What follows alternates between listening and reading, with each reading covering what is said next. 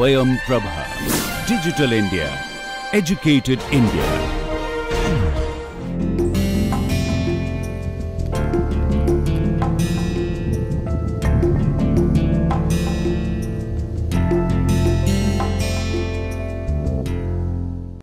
Welcome back to the blockchain technology and applications.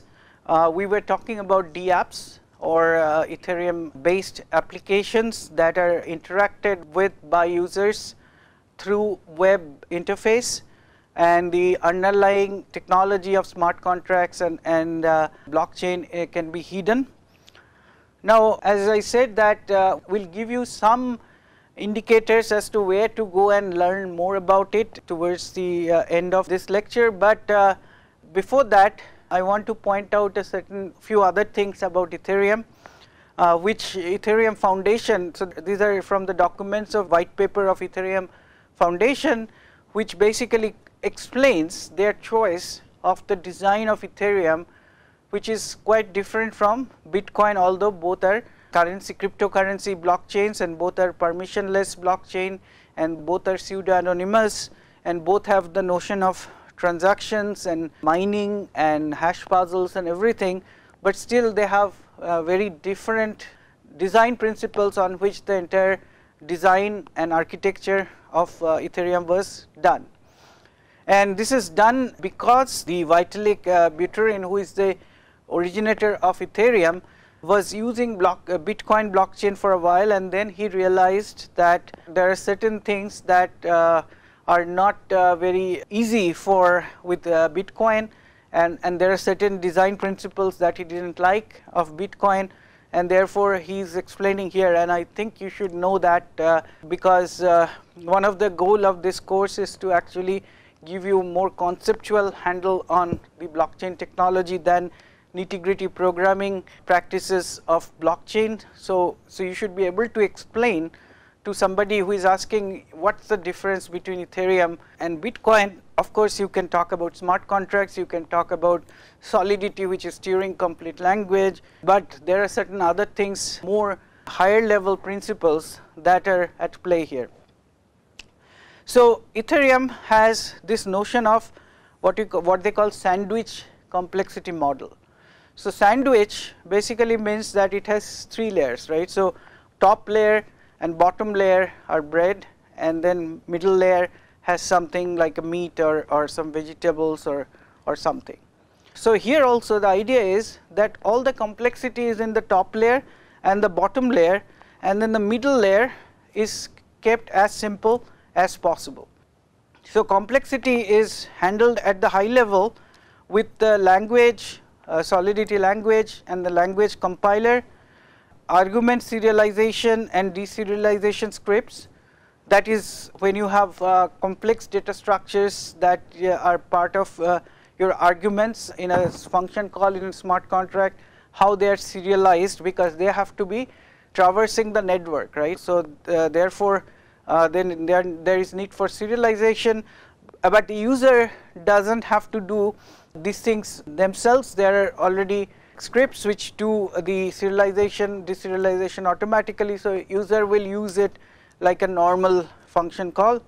Storage data structure models, and then the level DB storage interface at the bottom layer, that's where the information is stored, and the wire protocol, that is the peer-to-peer protocol that is used for interacting between the nodes in the blockchain. So that's the idea of sandwich complexity model.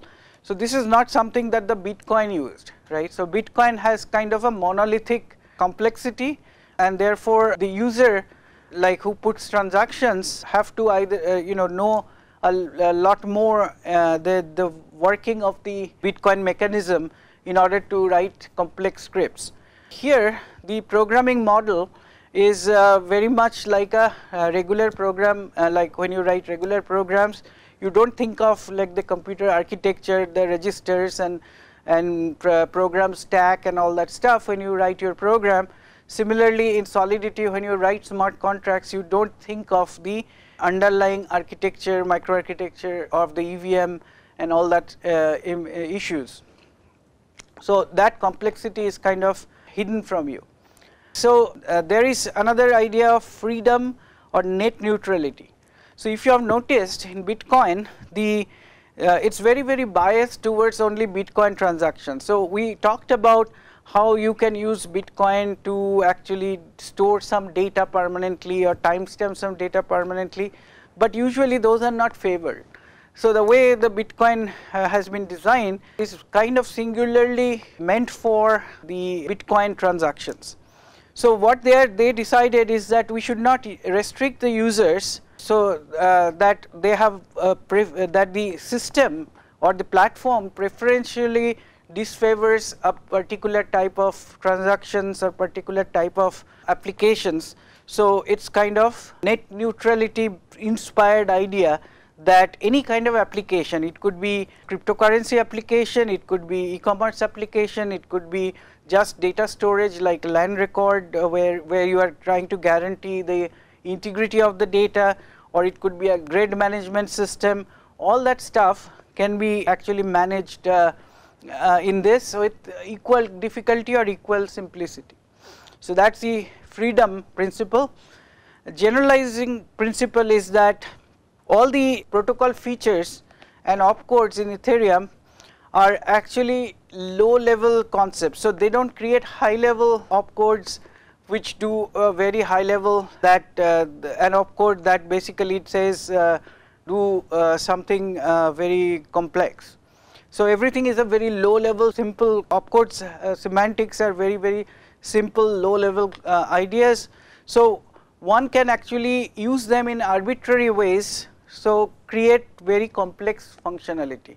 So, more it is like like if you want to do something very complex, assembly level programming might be more flexible for you than, let us say, you are using some high level programming language like a functional language, and then you have to do a lot of trickery to make it do something complex and not something that is not meant for by the language designers.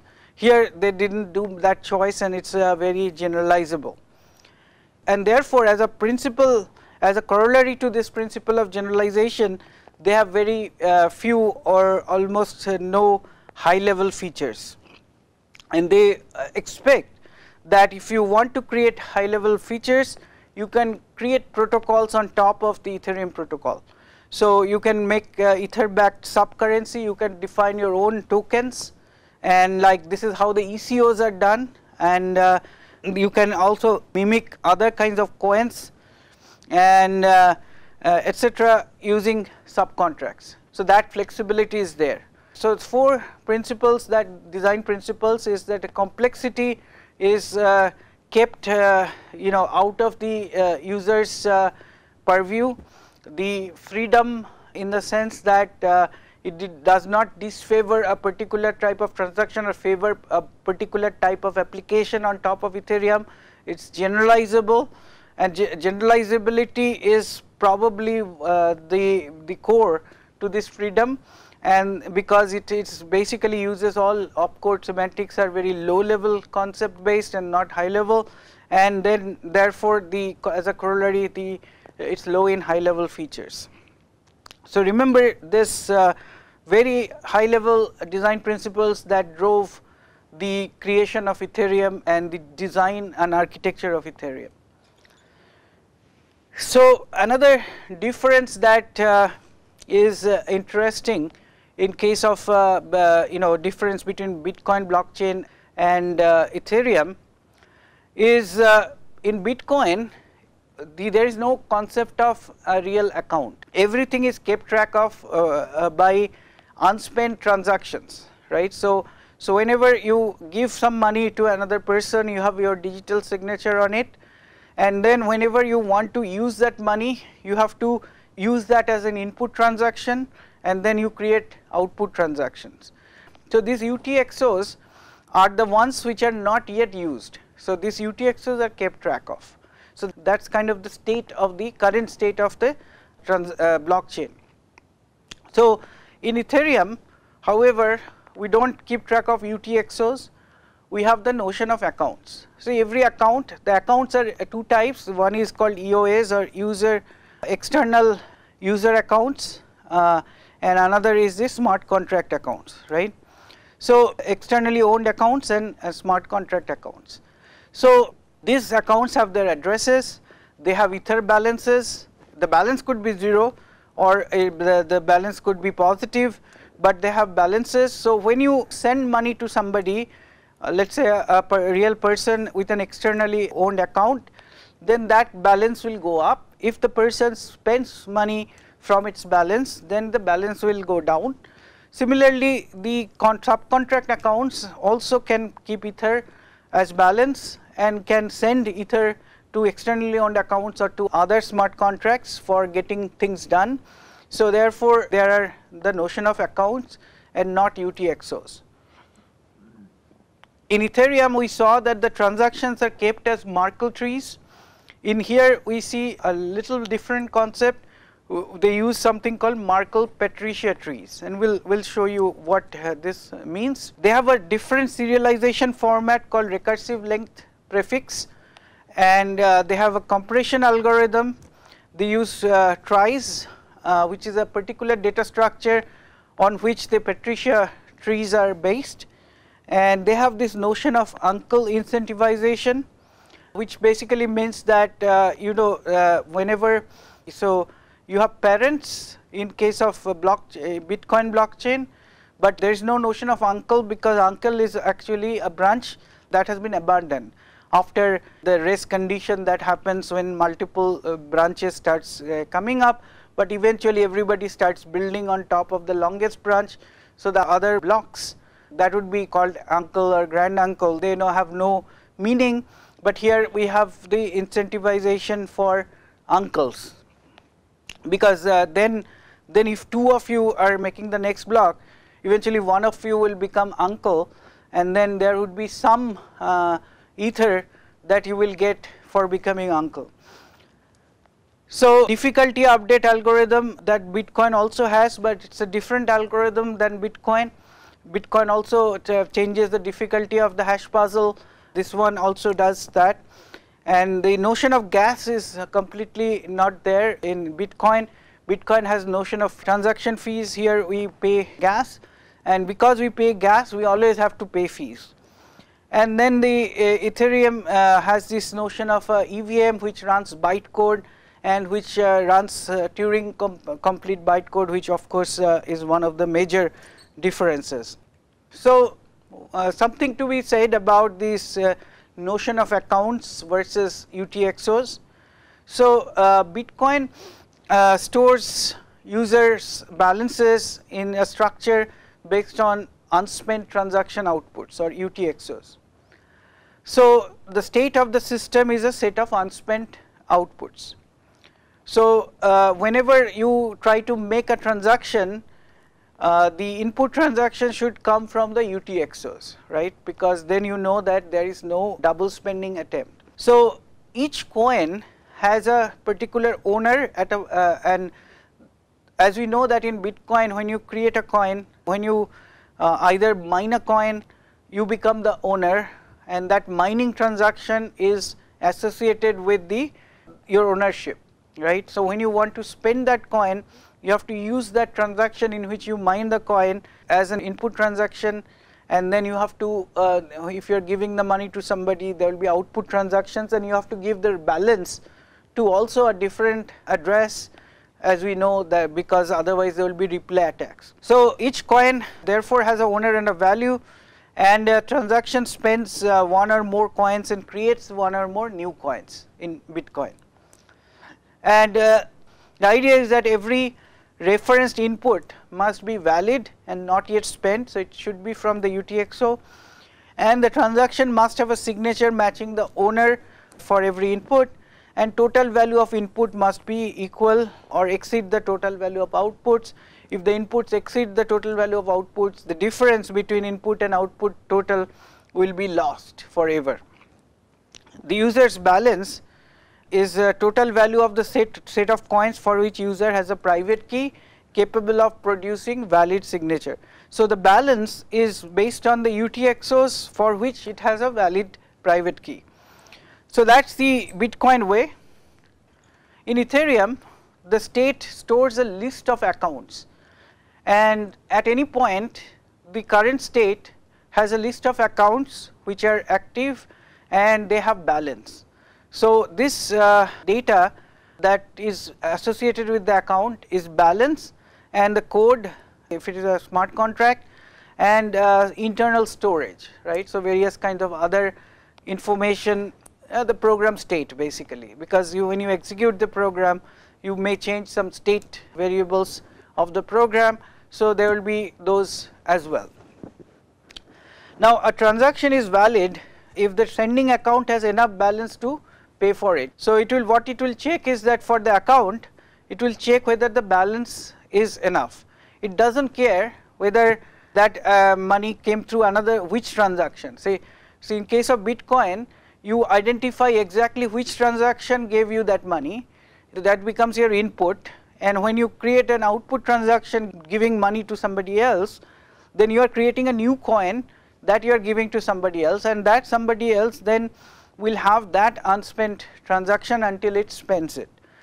Now in this case I might have multiple transactions, let us say one for 5 ether, one for 2 ether, one for 1 ether, then I will have an 8 ether balance, and this money becomes, these coins are fungible in the sense that they are replaceable with each other. I do not know which of these 8 coins came from the first transaction, which came from the second transaction, which came from the third transaction.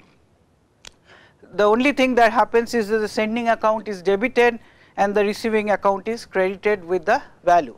If the receiving account has a code, then it might do something else after it receives the ether, depending on what function was called to send the ether, and it may run the code, and there may be some state change also. For example, it might say that some flag may become true to false or false to true, or it might actually have some other information that changes that can happen, and even these, there may be a chain of transactions that may be created, because once this smart contract gets your ether, it might actually create other transactions to other contracts, send some part of the money to another account, all kinds of chain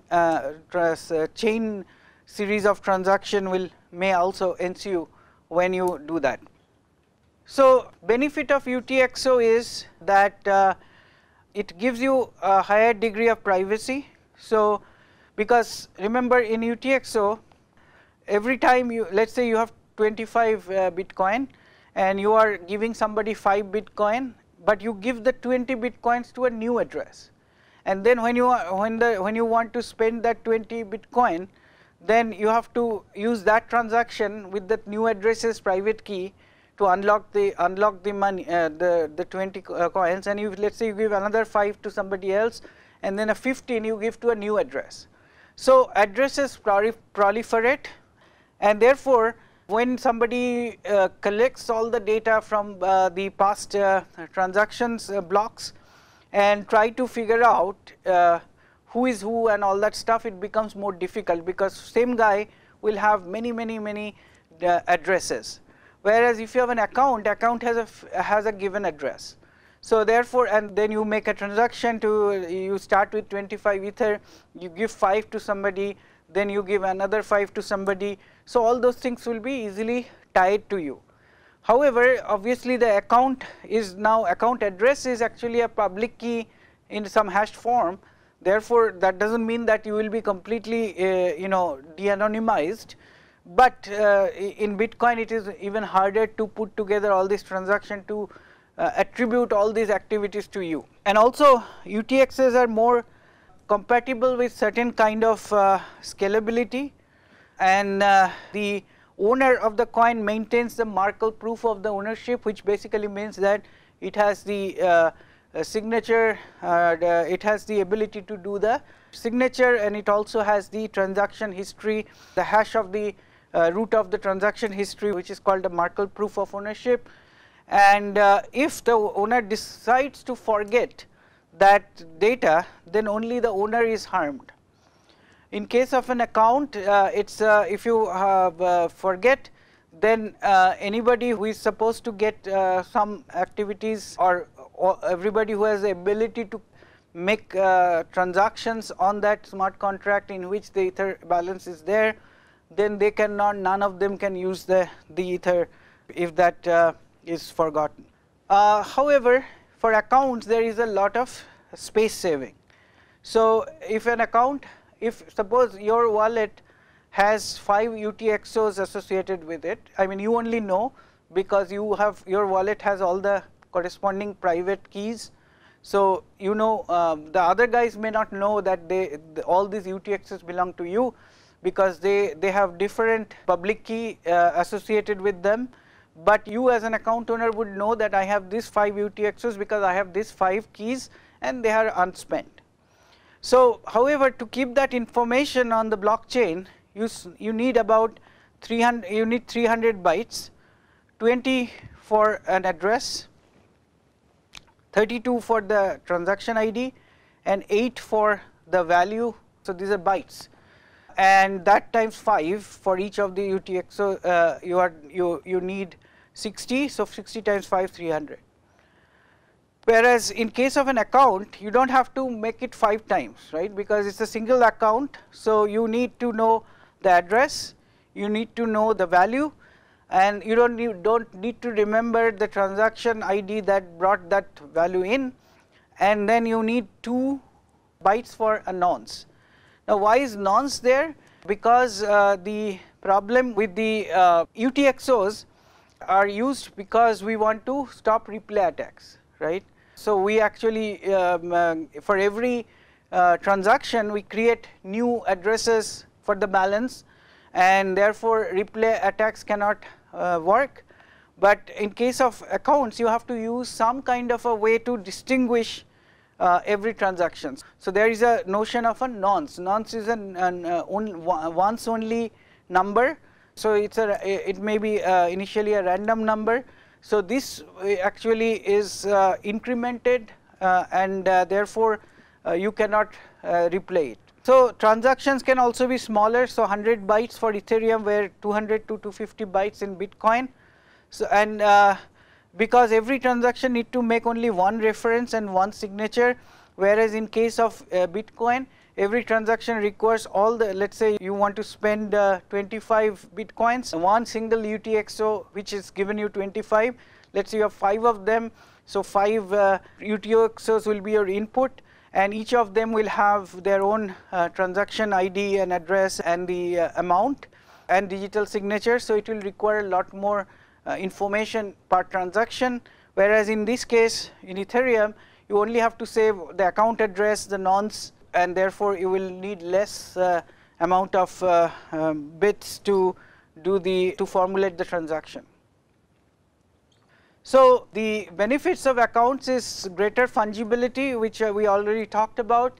That is, all the different sources are all put together, so you don't have to remember that this came from this and this came from that. So you cannot blacklist or red list a coin. You cannot say that this coin came through wrong type of sender, and so this UTXO now get banned. You cannot do anything like that, because all these things are fungible. Unless you want to ban the entire account, you cannot really do anything. So coins are not distinguishable which transaction they came from. Of course, accounts are much simpler to code and understand, because you know the notion of accounts from your banking and other kinds of activities. And the light clients at any point can access all data related to an account by scanning down the state tree in a specific direction. And the replay attacks are prevented through the use of nonce. So we already talked about that each transaction is associated with a nonce. So that basically takes us to the end of the discussion on accounts.